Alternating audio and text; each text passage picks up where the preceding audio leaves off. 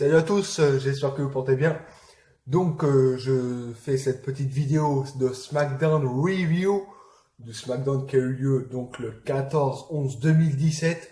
On a eu un très très gros SmackDown. Donc je fais voilà cette petite vidéo pour résumer ce SmackDown. Donc on va pas perdre de temps, donc on va se lancer dans le vif du sujet. On a eu un très très gros SmackDown, deux matchs de championnat.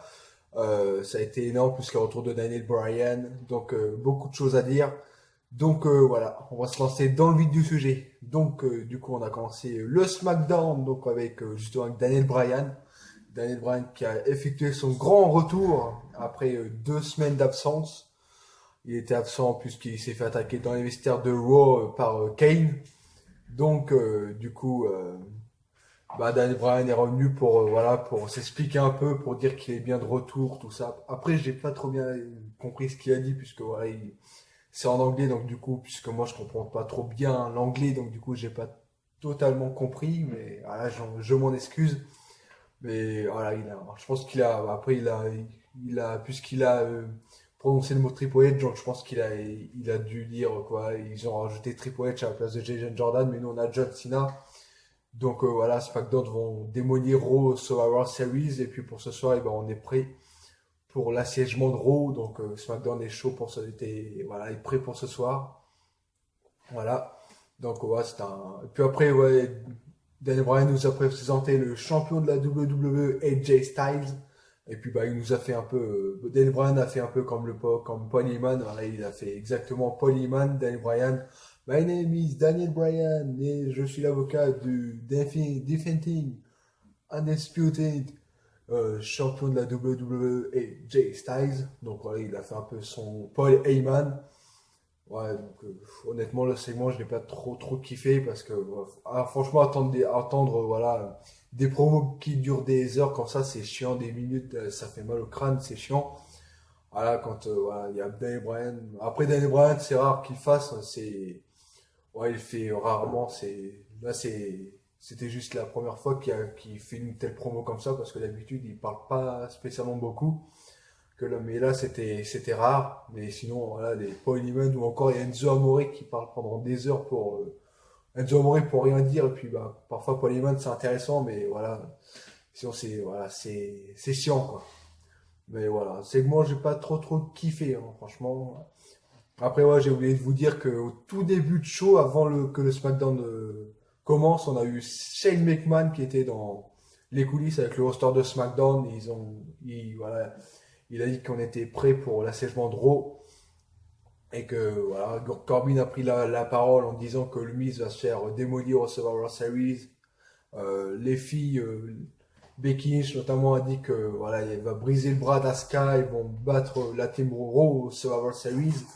Donc voilà, SmackDown était plus près que jamais à l'assiègement de Raw ce soir. Donc on en parlera dans le point final de cet assiègement. Car il s'est passé beaucoup de choses. Voilà, donc on va pas en dire plus, on va regarder pour la fin. Sur ce, j'ai passé directement au point suivant. C'était premier match de la soirée. Baron Corbin a affronté Sin Cara pour le titre des États-Unis. Donc, c'était un match intéressant, un très bon match, équilibré, tout ça, il n'y a pas eu de temps mort, donc c'était vraiment un très bon match pour ouvrir le show de SmackDown.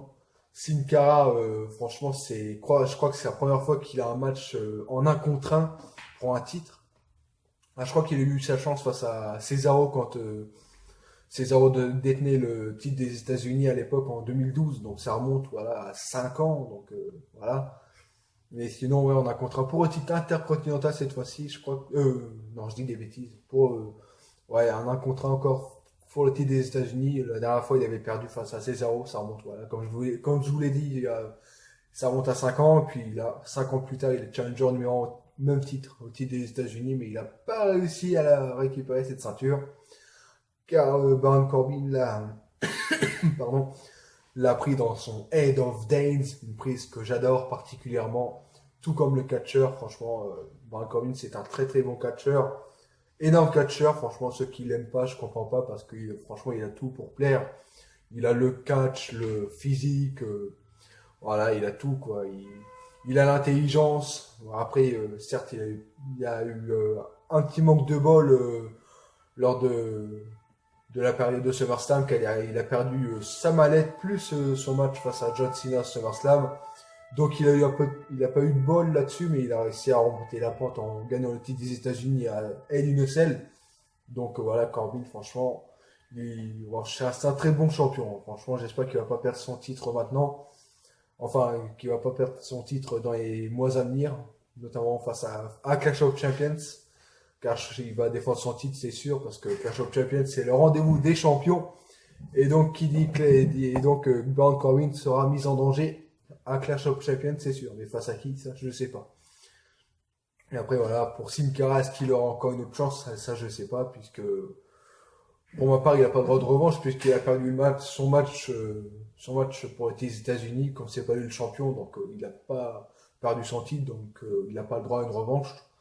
Donc normalement, la rivalité entre Sin Cara et Baron Corbin est finie, je pense. On le verra la semaine prochaine à SmackDown, mais je pense que la guerre entre Sin Cara et Corbin est terminée.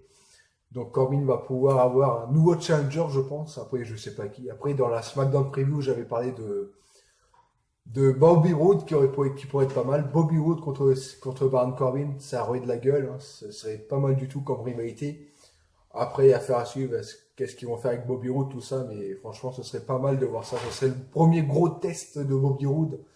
Voilà, il a réussi à battre Dolph Ziggler, mais Ziggler était dans une pente. Il est plus, c'est plus le Ziggler qu'on a connu à l'époque. Hein. Voilà, il part mal. Dolph Ziggler, il est dans une mauvaise pente depuis qu'il a fait son heel turn. Donc, ouais, ça fait. Donc, du coup, Bobby Roode, maintenant, il a battu Ziggler, il a gagné cette rivalité. Donc, du coup, pourquoi pas monter dans un palier en plus vers un titre des États-Unis, pourquoi pas. Et face à Corbin, ça aurait de la gueule cet affrontement, ça aurait de la gueule. Donc voilà. Donc du coup, le point Corbin Sin Cara est terminé. Donc du coup, je vais pouvoir passer au prochain point, qui est le match de championnat féminine. Et oui, le titre féminin a été mis en jeu ce soir, il y a 2 jours à SmackDown Live, mardi soir, non, nuit de mardi à mercredi, et oui. Charlotte contre Natalia, ça aussi c'était un sacré match. Ils se sont déjà affrontés à Hell in a Cell, mais Charlotte a gagné par disqualification. Natalia avait décidé de se faire disqualifier en prenant une chaise, en attaquant Charlotte avec une chaise. Et donc là, bah, c'était un match. En plus, Charlotte était chez elle, en Caroline du Nord. Donc Charlotte avait l'appui du public avec elle. Natalia était en terrain ennemi. Donc ouais, c'était un match pas mal du tout. Franchement, toujours, Charlotte est toujours exceptionnelle techniquement. Franchement, il n'y a rien à dire. C'est l'une des meilleures, si ce n'est la meilleure techniquement du côté du roster féminine. C'est elle qui est totalement supérieure à toutes les autres superstars féminines actuellement. Donc ce match était pas mal, ouais, il y a eu des bons spots, il y a eu des bons moments, tout ça. Natalia s'en est pris à la jambe de Charlotte, tout ça. Je pensais que Natalia allait gagner face à Charlotte en faisant son short shooter, car elle avait bien blessé le dos et la jambe de Natalia dans le match. Donc je pensais que Charlotte allait abandonner, mais en fait non, Charlotte a croisé les dents, a croisé les doigts, voilà. Et donc ça a passé quoi. Charlotte a réussi à se dégager de ce short shooter et donc du coup Charlotte a pu en profiter avec son big boot et enchaîner avec sa prise en 8, son 8 leg locked, on dit en anglais, figure 8 leg locked, pardon, j'arrive pas trop à le dire. Donc en français, ouais, la prise en 8.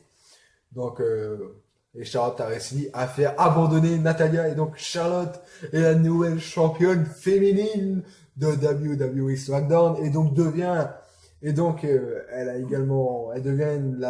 la deuxième superstar féminine à avoir été championne à Raw et à SmackDown depuis la nouvelle ère, car la première c'est la meilleure à mes yeux, hein. Alexa Bliss, et oui, Alexa Bliss a été la première et Charlotte la deuxième. Donc du coup on a deux jeune femme historique, car Charlotte, notamment, elle a réussi à faire SmackDown Hero, elle a été championne à SmackDown Hero, mais surtout, elle a fait le Big Four. Et oui, le Big Four, elle a été championne à NXT, elle a été championne des Divas quand le titre des Divas existait encore à l'époque. Ensuite, elle était championne féminine de Raw. Et là, elle devient la championne féminine de SmackDown. Elle a atteint le Big Four. Parfait pour Charlotte, magnifique. Je crois que c'est la seule championne, la seule superstar féminine à avoir réussi à faire ça.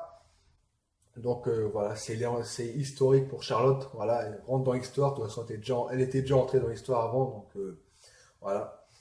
De toute façon, ouais, c'est une grande superstar féminine. Charlotte, c'est certainement la meilleure de cette génération. Notamment, il y a pas photo.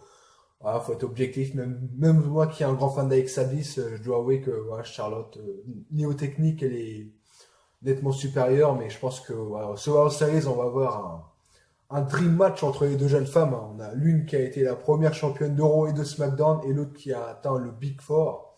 Donc deux jeunes femmes historiques. Les deux sont historiques et les deux mériteraient d'être dans le Hall of Fame dans plusieurs années. Voilà, quand ils auront fini leur carrière, les deux seront dans le Hall of Fame. Ça me semble aucun doute, c'est sûr, car elles sont historiques. Elles ont écrit l'histoire à leur manière.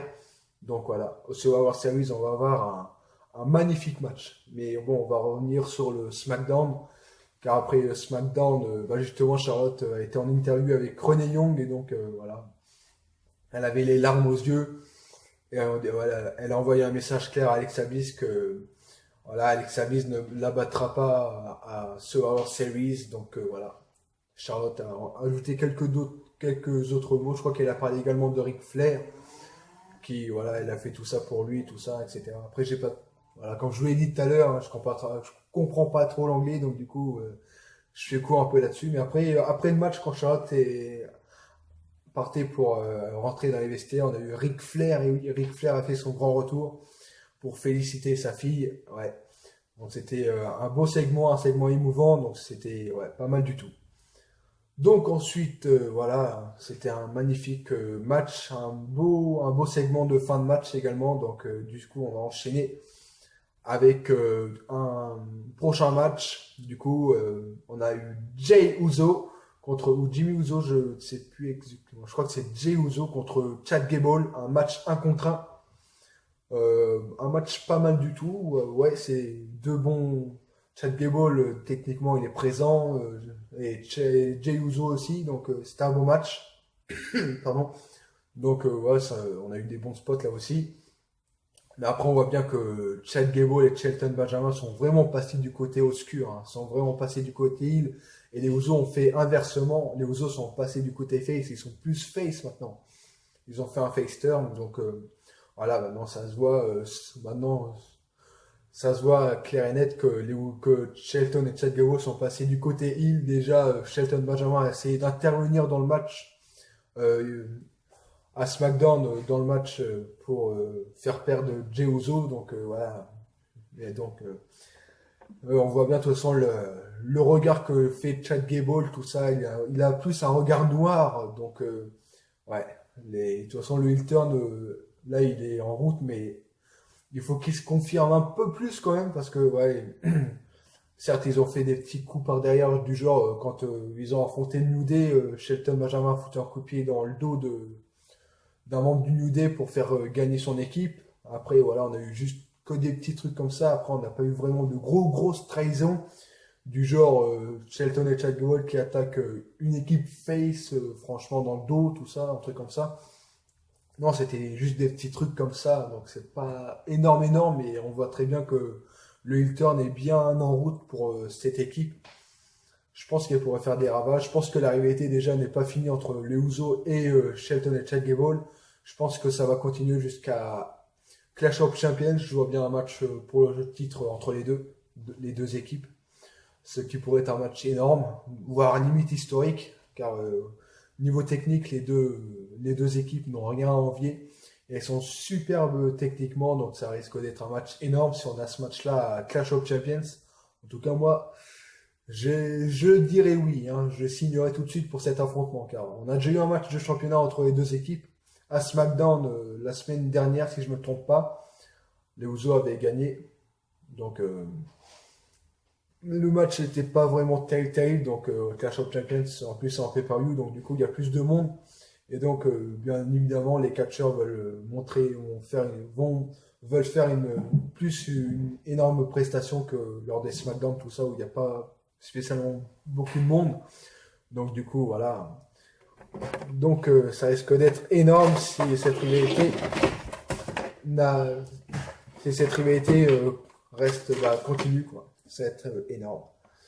Donc du coup je parle de l'arrivée, tout ça, mais j'ai pas dit qui a gagné le match. C'est Jey Uso qui a gagné par un petit paquet, oui. Par un petit paquet face à Chad Gable. Je dis des bêtises, excusez-moi, c'est pas un super kick qu'il a gagné, Jey Uso. Oui, c'est pas par un petit paquet, c'est pas un super kick, donc ouais, excusez-moi de cette petite erreur. Mais voilà, c'était un bon petit match pour l'avant-dernier match de la soirée. Ouais. Donc du coup, les Usos ont rendez-vous, n'oubliez pas, ouais, également. Je le rappelle, face à Cesaro et Sheamus, les champions par équipe de Raw, un match champion contre champion. Là, dans 3 jours maintenant, dans 3-4 jours, oui, dans la nuit du dimanche à lundi, Survivor Series qui vont être tout simplement historiques. Donc ça va être énorme ce match également. Deux bonnes équipes, donc ça va être énorme également. Donc voilà. Et puis du coup on va finir par The Main Event. Et là il s'est passé beaucoup de choses dans ce Main Event. Et oui, car le Main Event c'était The New Day contre Owens et Sami Zayn. Un match, voilà. Comme tous les matchs de SmackDown, c'était pas mal du tout. Là, le match également était pas mal. C'était franchement nickel. Il n'y avait rien à dire jusqu'à une certaine intervention d'un autre groupe de 3 dont je nommerai Sierra, Hotel, India, Echo, Lima, Delta. The Shield is in. Charlotte, California North is back tonight. Le Shield était là, Charlotte dans le Caroline du Nord. Ce soir-là, et oui, le Shield était là pour interrompre ce match. Un peu comme le New Day avait fait il y a 2 semaines quand Ambrose Rollins s'affrontait Cesaro et Sheamus pour les titres par équipe. Donc The Shield sont intervenus. Du coup, le match, il n'y a pas eu de gagnant. Car Sami Zayn et Kevin Owens se sont tirés, ils ont laissé The New Day tout seul. Shield sont intervenus. Il y a également le Bar qui était là. Ils s'en ont pris au New Day. Ça a été carrément une bataille royale dans le ring, carrément, car The Bar. Et également les Usos qui sont venus aider le New Day. Et oui, les Usos qui étaient aux côtés du New Day, c'était magnifique. Les Usos qui viennent en aide au New Day, alors que on sait que il y a quelques mois, ils s'affrontaient encore pour les titres par équipe. Ils se déchiraient encore pour les titres par équipe. Et là, ils étaient en équipe. Mais de l'autre côté, à Raw, The Bar et The Shield en équipe également. Et oui, ils étaient ensemble. Et oui, pas l'un contre l'autre comme à Raw. Il y a il y a 24 heures d'écart entre Raw et SmackDown. Raw, The Shield et The Miz, n'importe quoi. The Shield contre The Bar et The Miz, on avait. Donc ils étaient vraiment l'un contre l'autre. Et puis là, ils se retrouvent ensemble. Là, c'est vraiment la team.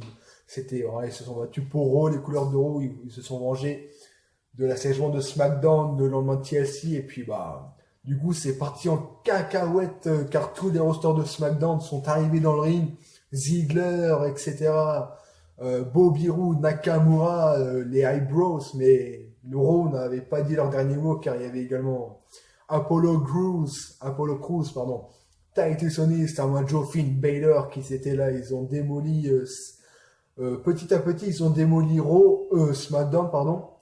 Et puis on a également la bataille entre les superstars féminines de Raw contre les superstars féminines de SmackDown dans les vestiaires. Toutes les superstars féminines de Raw se sont vengées de l'attaque des superstars féminines de SmackDown l'Euro d'après TLC. Donc ça a bardé Nia Jax, tout ça, a démoli Tamina, Lana a passé à tabac par Alexa Bliss, Becky Lynch ou encore Carmella et Natalia, on n'a pas beaucoup vu Natalia, ou encore Charlotte, surtout Charlotte qui s'en est pris plein la face par les superstars féminines de Raw. Elle s'est fait même encercler, toutes les superstars féminines de Raw l'encercler. Et ils ont entendu que Charlotte se relève avant qu'Alexa Bliss lui foute un coup d'avant-bras, une grosse droite dont elle a le secret pour foutre KO Charlotte et tout simplement lui envoyer un message pour lui dire que au Survivor Series, c'est moi qui te battras. C'est moi la vraie championne à la WWE et non toi. c'est la division Raw qui est meilleure que celle de SmackDown. Donc, et du coup, ça n'a pas fini là, hein, car, loin de là, car quand SmackDown a réussi à encore un petit peu à tenir tête à Raw, et ben Braun Strowman est arrivé, Braun Strowman, colonel, est arrivé pour foutre le gros bordel. Il est arrivé, il a foutu carrément les Eyebrows KO en moins de 2 secondes, un big boot dans la face de Mojo Rawley, il a fait voler Zack Ryder en orbite. Il a démoli, en fait, c'est quand Braun Strowman est arrivé que Raw a réussi à faire la différence sur SmackDown, car SmackDown réussissait à bien tenir Raw, mais jusqu'à que Braun Strowman arrive, là, Raw et SmackDown ont été transparents, là, honnêtement. Shane McMahon a tenté d'attaquer Braun Strowman, mais bien mal lui en a voulu, car Strowman l'a démoli. The Shield ont passé un double triple powerbomb. Ouais, ils ont fait un premier triple powerbomb à Shane McMahon. Pardon. Ce dernier s'est relevé. Il a mordu ensuite Kurt Angle, on a pris à Shane McMahon avec sa souplex. Le Shield a enchaîné encore une fois avec un autre triple powerbomb sur Kurt Angle, sur Shane McMahon. La team SmackDown a quand même très très bien morflé.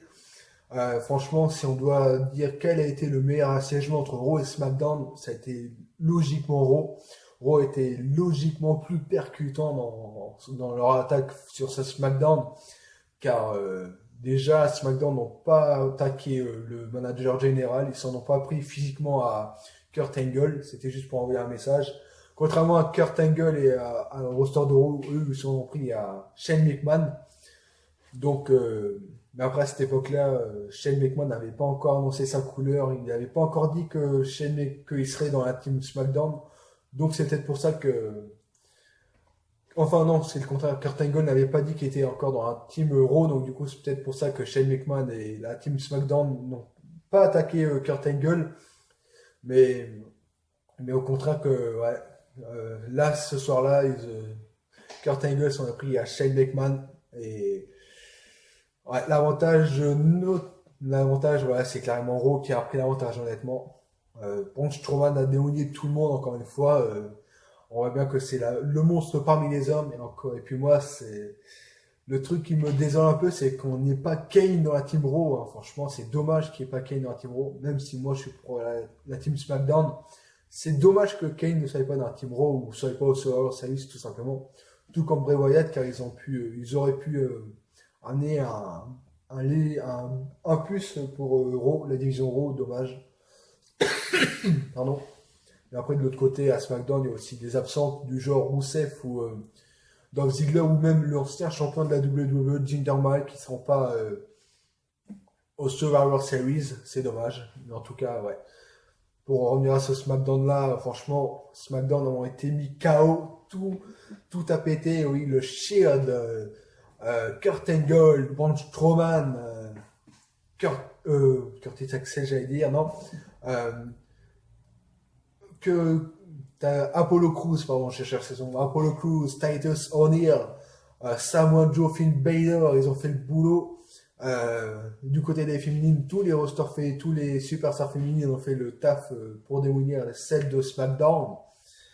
Franchement, Raw a été nettement plus percutant que SmackDown. Là, il n'y a même pas à choisir quel a été le meilleur assiégement entre les deux shows. Ça a été Raw qui a été nettement plus supérieur que SmackDown dans leur assiégement.